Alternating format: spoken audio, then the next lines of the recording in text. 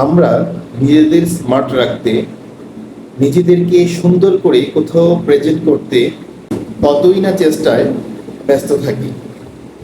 সুন্দর dress up, নিয়মিত জিমে যাওয়া, ত্বকের যত্ন, দামি দামি প্রসাধনী ব্যবহার, কোনো কিছুরই যেন আমরা কমতি দেই না।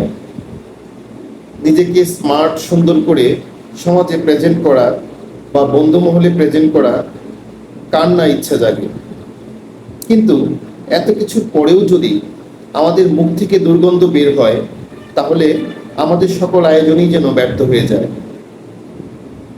তো আজ জেনে নেই আমরা এই মুখের দুর্গন্ধ থেকে আমরা ঘরোয়া উপায়ে কী করে নিজেদেরকে মুক্ত রাখতে পারি এবং দুর্গন্ধমুক্ত একটা সঠিক নিঃশ্বাস প্রশ্বাস উপহার দিতে পারি সবার মাঝে। মুখের দুর্গন্ধ স্মার্টনেসকে একেবারেই মাটিতে মিশিয়ে দেয়। তাই আমরা যদি জেনে নেই এই উপায়গুলো, তাহলে আজকের পর থেকে আমাদের মুখের দুর্গন্ধটা আর থাকবে না। মুখের দুর্গন্ধে পাতিলেবুর রস ব্যাপক ভূমিকা পালন করে। তাই প্রতিদিন 2-3 বার আপনি পাতিলেবুর রস খেতে পারেন। পান কিন্তু মুখের দুর্গন্ধ সরাতেও অনেক ভূমিকা রাখে। তাই আমরা চাইলে সুপারি, জর্দা, চুন এগুলোকে বাদ দিয়ে শুধু পান চিবোতে পারি। এলাচ বা লবঙ্গ, এটা আমাদের প্রত্যেকের রান্নাঘরেই থাকে, রান্নার একটা প্রধান উপাদানও বলা চলে। আমরা চাইলে কিন্তু মুখের দুর্গন্ধ দূর করতে এলাচ এবং লবঙ্গ মুখে নিয়ে চিবোতে পারি।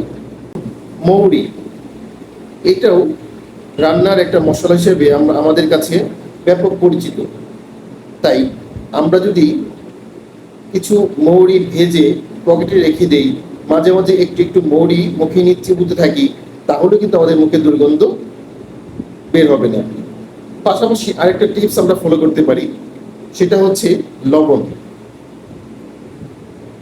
1 গ্লাস গরম পানিতে পরিমাণ মতো লবণ মিশিয়ে আমরা প্রতিদিন 3-4 বার কুলি করতে পারি। কারণ লবণ মুখে জমে থাকা কিছু খারাপ ব্যাকটেরিয়াকে ধ্বংস করে দেয় এবং মুখে দুর্গন্ধ দূর করতে সহযোগিতা করে।